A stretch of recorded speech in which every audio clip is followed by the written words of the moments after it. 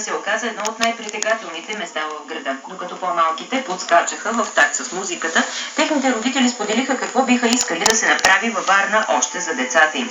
Защото празникът е не само повод за забавление, но и момент за равносметка на постигнатото. Не мисля, че в момента има достатъчно условия за варненските деца, защото този младеж е за детска градина, а пък няма детски градини. Това в момента всъщност е най-наболелия въпрос.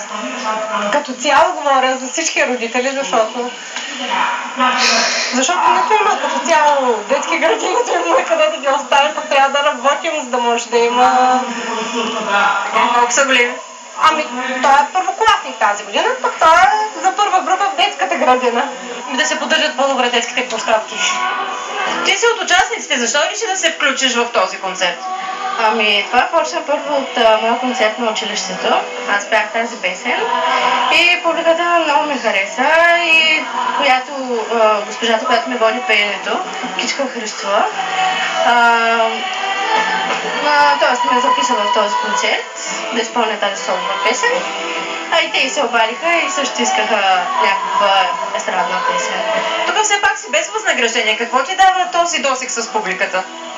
Ами, малко самочувствие и нали, аз да разбера, че мога да бъда харесвана също.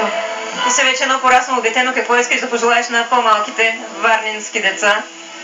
Ами, да сбъднат своите мечти и да вярват в себе си. Във вторник отново на сцена Раковина в Морската градина.